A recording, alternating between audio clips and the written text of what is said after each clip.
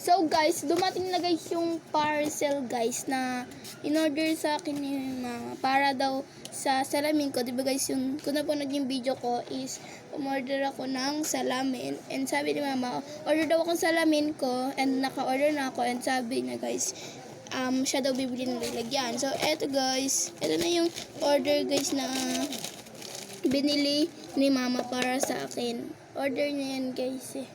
Pero sa akin talaga to. Para sa akin daw to guys. So, ayan na guys. Open na natin to guys. Kami na ng cutter. So, let's open this. Yan. Nasisira ko na siya. So, ayan. Oh, nasira na siya. So, ayan, naka-plastic pa siya, guys. So, ayan. Naano ko na siya. And, tatanggalin natin tong plastic. Baka masira naman. Kaya, linalambutan ko lang yung pagkayo. Ayun.